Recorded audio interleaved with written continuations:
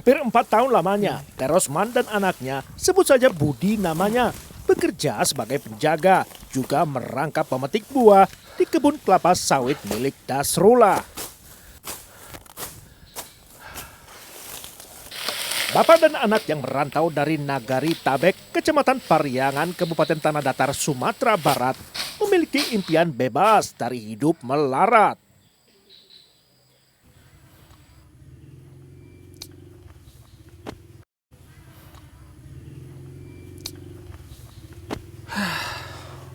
Pak, cuman sepiring nasinya. Kenapa? Kau mau? Sebab awalnya, Terosman dijanjikan Dasrullah majikannya upah sebulan kira-kira 2 juta rupiah. Tetapi nyatanya tidak demikian. Terosman tidak diberi upah bulanan. Ia diberi upah panen buah sawit saja sebesar 200 ribu rupiah per tonnya. Sehingga artinya bila panen tidak ada, tak ada upah untuknya. Sementara buah sawit baru bisa dipanen setelah berumur 31 bulan atau paling singkatnya 2 tahun 6 bulan. Bapak dijanjikan gaji 2 juta sebulan.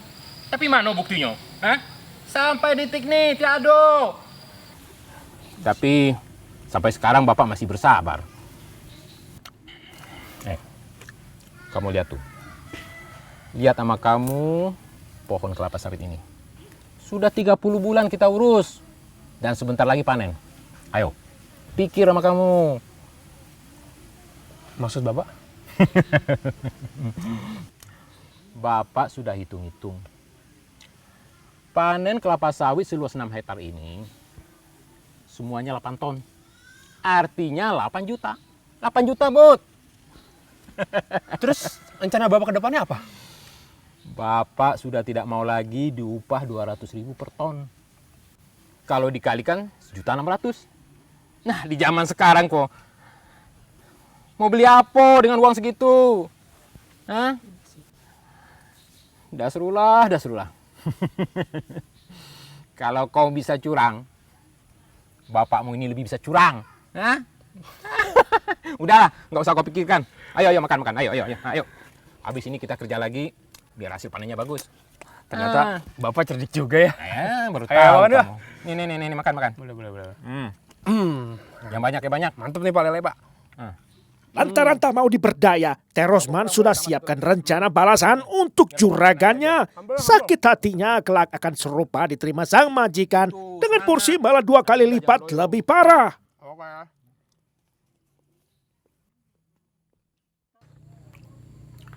Dasrullah sang majikan berdomisili di Kabupaten Solok Selatan, sehingga sesekali saja ia berkunjung lupa serta menginap di kebun setorannya sawit untuk miliknya bulan ini. di desa Pelayangan. Selain untuk mengecek kondisi lapangan, Mana dulu? ia datang untuk Hasil mengambil penjualan. setoran hasil penjualan. Aduh, Bos. Ini, Bos. Uang hasil penjualan sawit dari Mukjon.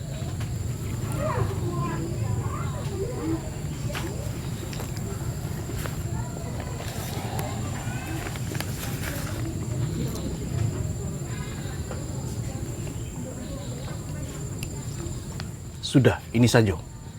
Yakin dah?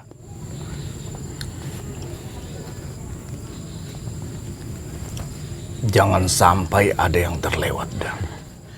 Iya, Bos. Dado yang terlewatkan, Bos. Semuanya udah ada, Bos.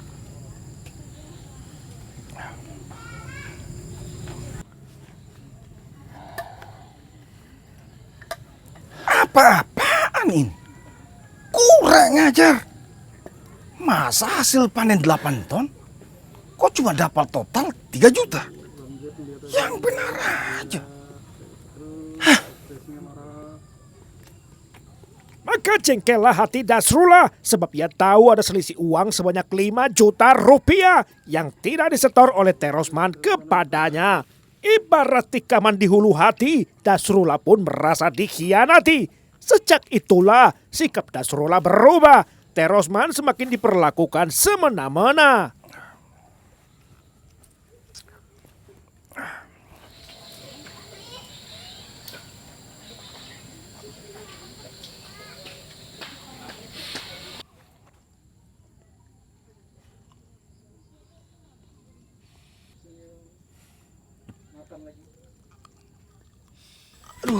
Banget dah. Pasokan bekal bahan pangan tak lagi dikirim sang majikan. Alhasil, bapak dan anak sering kelaparan sebab tak ada yang bisa dimasak untuk dimakan. Hingga bertunaslah niat keji di hati Teh Rosman dengan buah ide untuk melakukan pembunuhan. Gimana Pak, nggak ada yang bisa dimakan? Ada apa, Bud? Coba Bapak lihat deh. Tuh, nih, semua kosong Pak. Tuh, mau makan apa kita? Gua lapar banget Pak. Coba tuh, tuh. Ada apa sedikit pun Pak?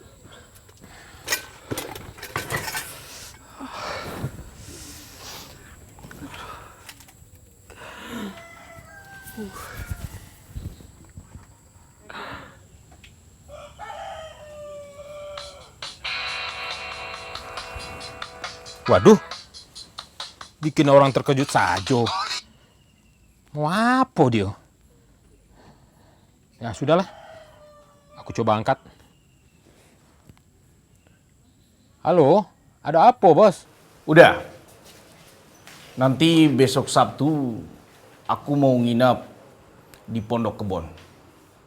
Alhamdulillah kalau begitu. Soalnya bekal sudah tidak ada di pondok. Walau ada percikan amarah, Teh Rosman berusaha sabar terhadap Nasrullah.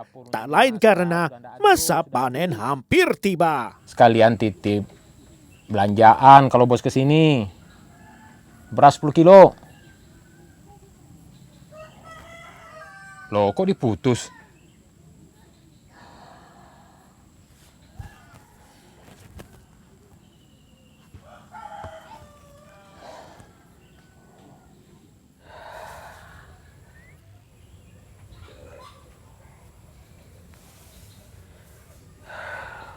Dua hari kemudian, saat tidak ada lagi bekal makanan, kedatangan Nasrullah amat dinantikan. Hari itu, Teh Rosman dan Budi berpuasa. Hanya minum air untuk melepas dahaga sekaligus lapar berdua.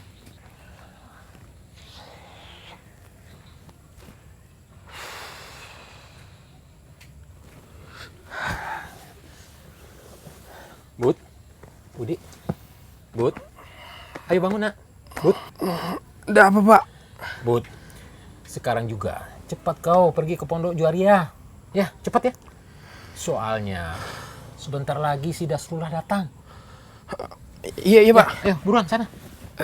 Alasan anaknya disuruh pindah sebab Teh Rosman tak mau memancing perkara dengan Nasrullah. Apalagi sebelumnya ia meminta bekal makanan pada sang majikan. Jika meletup konflik terbuka, Teh Rosman tak ingin disaksikan anaknya.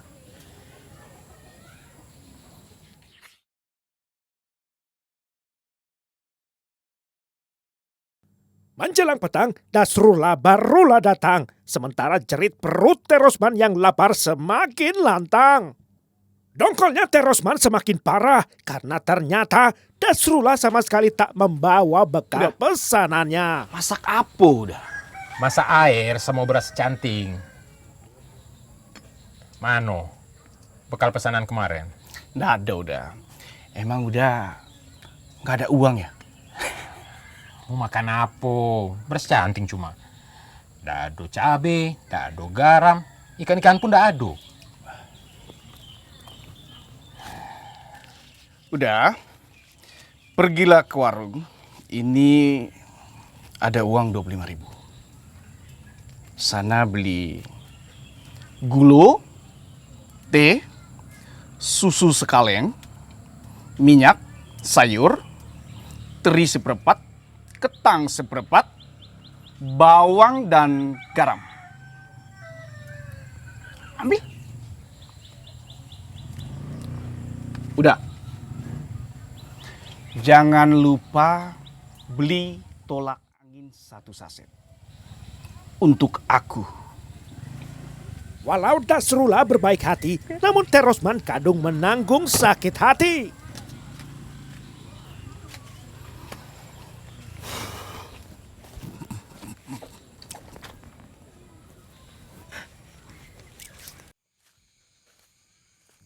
Teh Diam-diam bukannya membelanjakan uang, Terosman malah mengambil barang di warung Pak Dekoral dengan berutang. Kemudian ia mampir menemui Budi di Pondok Juaria sebelum pulang. Uang pemberian majikan terpaksa digelapkan sebab Terosman tak punya pilihan. Tak lain demi anaknya bisa membeli makanan.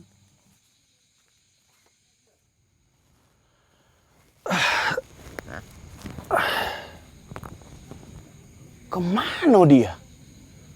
Kenapa lama sekali ya? Kok? Kenapa dia nggak pulang-pulang ya? Sudah hampir setengah jam.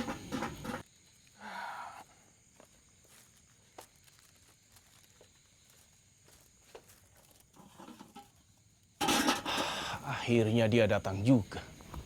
Emosi Dasrullah pun terpancing, lantas konflik beruncing. Nada omelan Dasrullah makin melengking nyaring. Dasar anak buah kurang ngajar. Belanjanya lama nian. Bahkan tiba-tiba Dasrullah spontan menoyor kepala si anak buah. Padahal usia Terosman 12 tahun lebih tua daripadanya. Dasrullah lupa diri, Terosman dicaci maki. Saya jalan kaki, nggak pakai motor. Jalannya naik turun, Bos. Dah, belanjanya kok banyak sekali. Iyo, tadi ngutang. Soalnya duit yang tadi tidak cukup. Kurang ajar. Aku ini gak ada uang. Malah kamu berutang. Tolakangnya mana? Jangan bilang lupa pesananku itu. Mana? Iyo. Ini, Bos.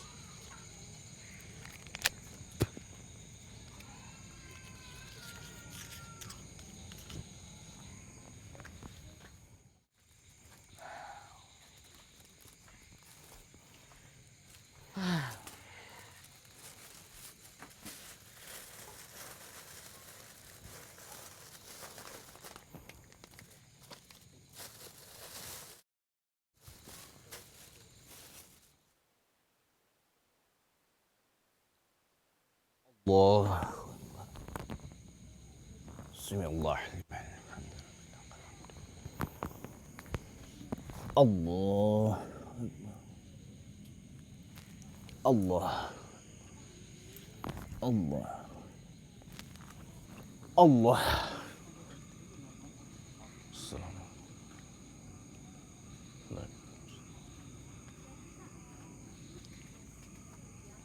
Assalamualaikum warahmatullahi. Assalamualaikum warahmatullahi.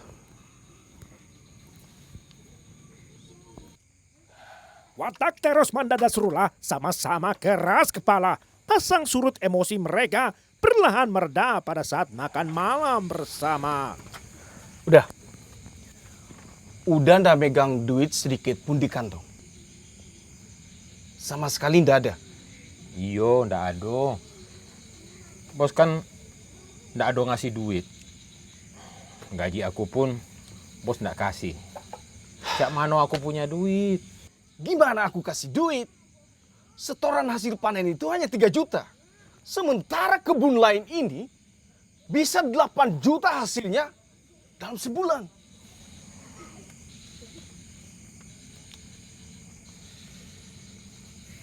Sudah tahu bos ini nggak ada uang. Anak buah malah ngutang. Coba udah pikir itu.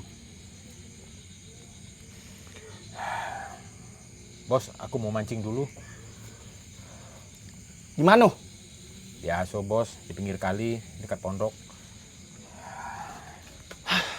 Untuk meredakan tensi, Terosman memilih pergi memancing di sungai. Dasrullah yang letih tampak tak peduli.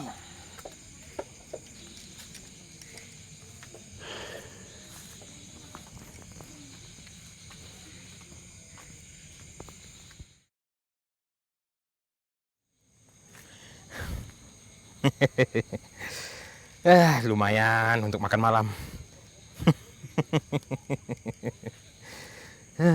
Beberapa ekor ikan lele tangkapan dari sungai menjadi obat penawar emosi Terosman menjadi lebih landai.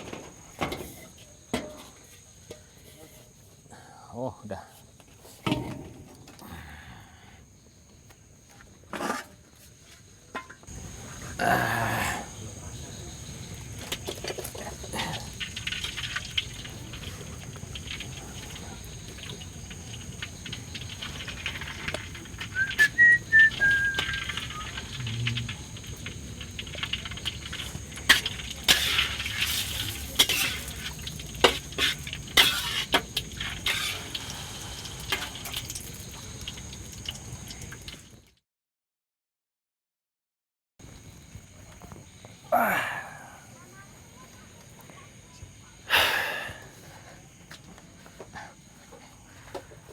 Makan, Bos.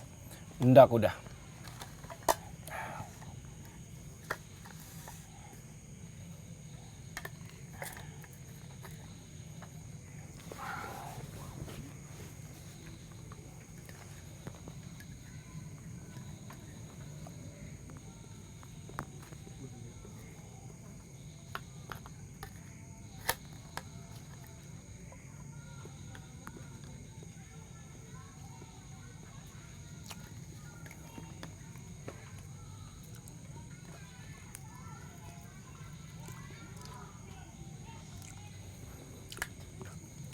Ikan apa ini udah?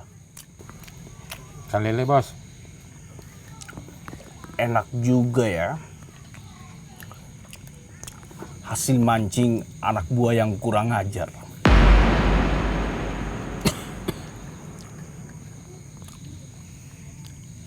Kenapa udah? Terosman berang oleh perkataan Dasrullah yang dianggap lancang. Bahkan setelah perutnya kenyang, Dasrullah enteng saja langsung berbaring di ranjang. Aku tidur udah.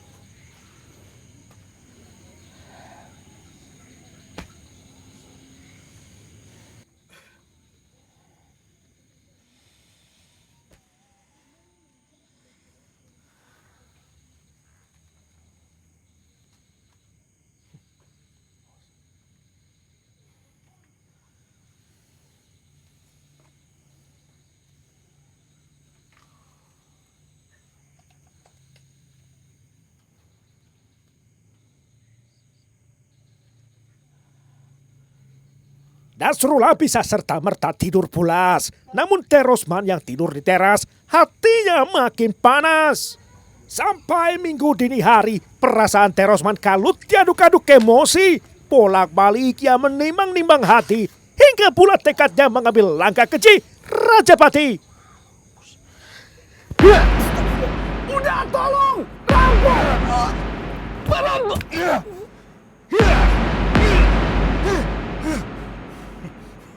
Kamu kira kamu siapa? Kesetanan! Tangisnya Terosman habisi majikan. Sampai-sampai memotong organ kemaluan. Alasannya demi terhindar dihantui oleh arwah korban. Lantas apa rencananya kemudian?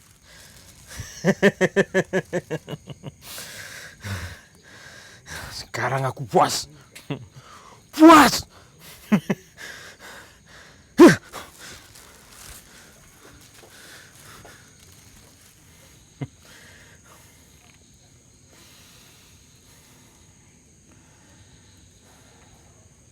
Dasrullah, Dasrullah.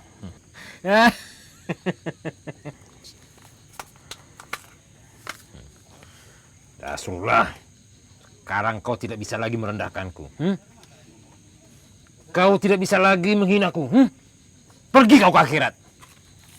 Terosman merebusnya, lalu menyantap dengan lahapnya. Barbar tak terkira, berpestalah seisi neraka.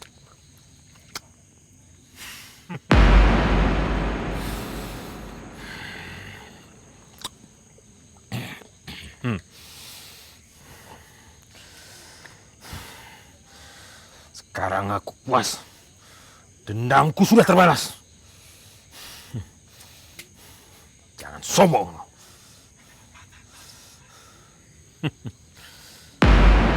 Ada apa, Pak?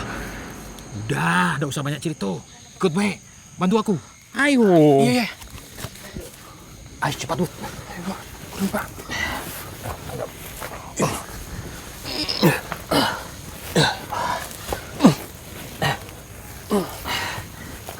Ambil tadi. Ayo, Pak.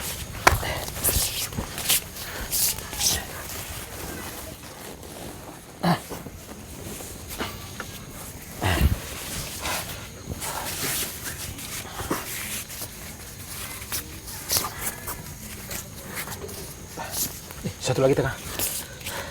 Bantu Pak.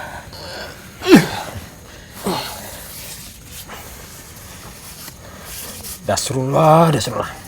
Sekarang kau tidak bisa lagi merendahkanku. Kiri kau kaki. Ayo, angkat. Ayo Pak. 1, 2, 3. Ayo.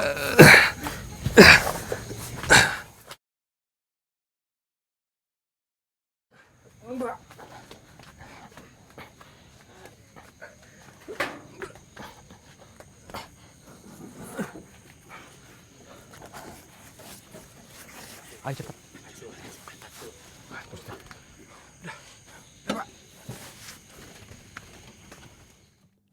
Bapak dan anak lantas kompak menuntaskan aksi jahat. Seadanya saja melakukan pemulasaraan jenazah korban.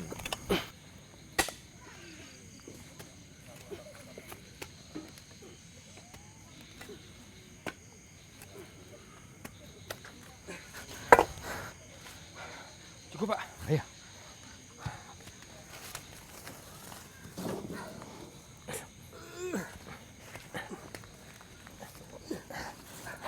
Ayo. Masukin.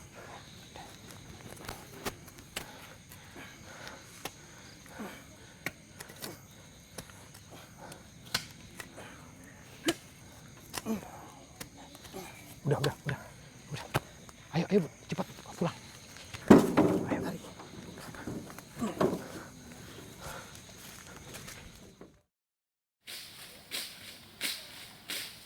Masa panen telah tiba, Terosman tak ingin pergi dengan tangan hampa. Yang dikhawatirkan satu saja, bila tengkulak langganan bertanya soal majikannya. Bud, kalau ada yang nanya bos, bilang be, bos lagi keluar ya. Iya Pak.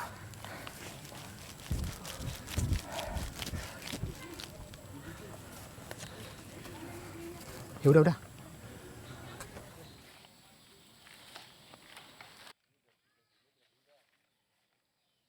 Hasil panen mereka 2 ton 4 kuintal buah sawit banyaknya. Lalu uang penjualan yang diterima sebesar 3,1 juta rupiah langsung masuk ke dalam kantong Terosman segera. Pas Pak John, terima kasih. Sesuai ya. Nah, ya. Nanti kalau ada lagi saya kabari. Saya tunggu ya. Ya. Oh itu, deal ya. Makasih. Ya. Kalau begitu saya permisi. Ya, silakan. Bud. Duit, Bud. Kamu beli apa? Sepatu motor.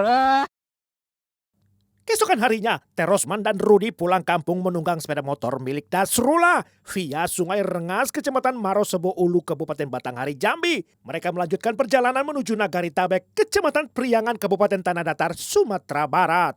Siapa yang menyangka seorang buruh tani bisa berbuat sedemikian keji? Sementara 1 bulan lebih, istri dan anak Dasrullah terkurung misteri. Di manakah Dasrullah kini?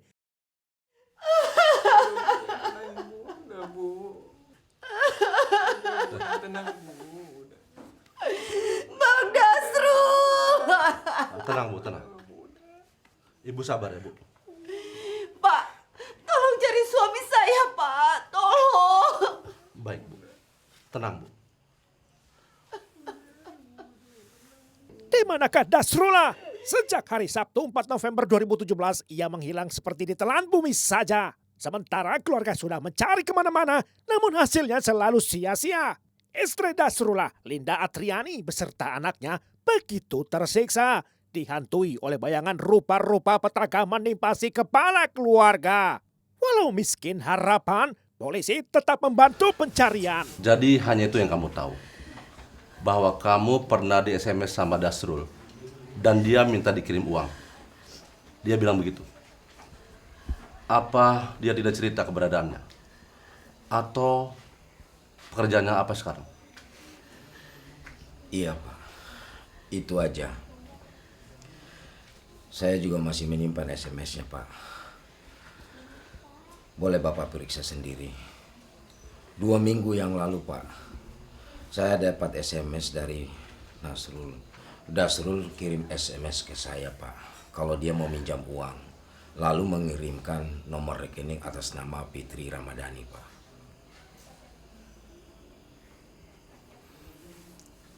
Ini Pak.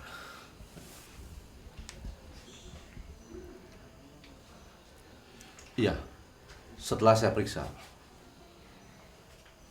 benar, nomor ini cocok dengan nomor yang dimiliki Dasrul. Apa ada komunikasi setelah itu? Ada Pak, tanggal 20 November, Nasrul meminta kepada saya untuk dicarikan tukang kebun kelapa sawitnya Pak. Loh, kok begitu? Memang sebelumnya tidak ada?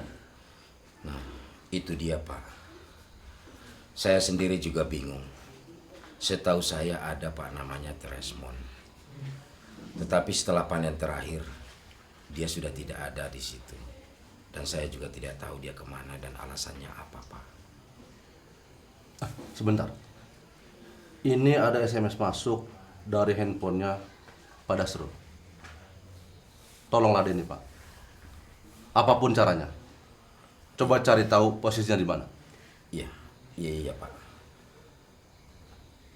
Pak, apa yang harus saya jawab? Ini bunyi SMS-nya. Berapa banyak panen Bang? Jawab aja Pak. Ajak terus komunikasi. Iya Pak. Pak, ini harus saya bagaimana Pak? Harus bagaimana nih saya Pak? Saya jawab apa Pak? Pancing dia. Di mana keberadaannya? Iya Pak. Pak, apa lagi yang saya harus lakukan Pak? Sebentar Pak, saya pinjam handphonenya. Biar saya hubungi. Saya akan lacak di mana keberadaannya.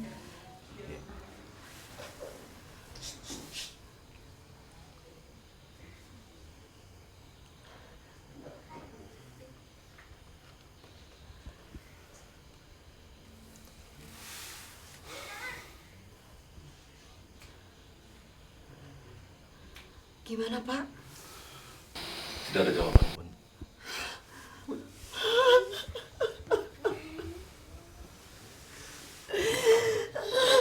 Dasrul. Tampaknya Terosman tidak mudah tertipu. Ponsel Dasrullah langsung dinonaktifkan selekasnya ditanya begitu. Satu-satunya kesempatan mendapatkan petunjuk telah sirna. Hingga akhirnya polisi menggunakan teknologi mutakhir untuk melacak posisi terakhir sinyal ponsel Dasrullah. Sehingga lokasinya bisa diketahui dengan mudah. Atas dasar apa Bapak membunuh bos Bapak? Dia sering menghina saya, Pak. Dengan cara apa Bapak membunuhnya? Saya pakai golok, Pak. Saya pukul. Kira-kira hampir sepekan setelah jenazah Dasrullah ditemukan, terkuaklah misteri peristiwa pembunuhan. Lantas nama Terosman menjadi target kepolisian. Senin 11 Desember 2017 akhirnya polisi menangkap Terosman dan anaknya. Terosman diciduk di kota Solok, Sumatera Barat, sedangkan anaknya di Nagari Tabek, Kecamatan Pariangan, Kabupaten Tanah Datar, Sumatera Barat. Hasil visum ahli forensik menyimpulkan penyebab kematian korban akibat luka kekerasan benda tajam. Di antaranya pada leher bagian belakang, tulang belakang, dada, punggung, tulang rusuk, bahkan organ dalam perut. Jejak luka tersebar hampir di sekujur jenazah korban. Pasal pembunuhan berencana serta pencurian dalam keadaan memberatkan Kitab Undang-Undang Hukum Pidana digunakan untuk menjerat kedua tersangka. Ancaman maksimalnya pidana mati atau minimal 20 tahun di penjara. Hari Kamis 3 Mei 2018, Ketua Majelis Hakim Pengadilan Negeri Bulian menjatuhkan putusan. Amarnya menyatakan Terosman alias Mansur terbukti bersalah secara meyakinkan memenuhi unsur-unsur pasal yang dijeratkan. sehingga majelis menjatuhkan hukuman pidana seumur hidup lamanya. Sementara terhadap Budi anaknya terdakwa kedua, ia juga dinyatakan terbukti bersalah, lantas diganjar hukuman pidana 1 tahun di penjara. Majelis hakim menimbang Budi yang tergolong anak usianya.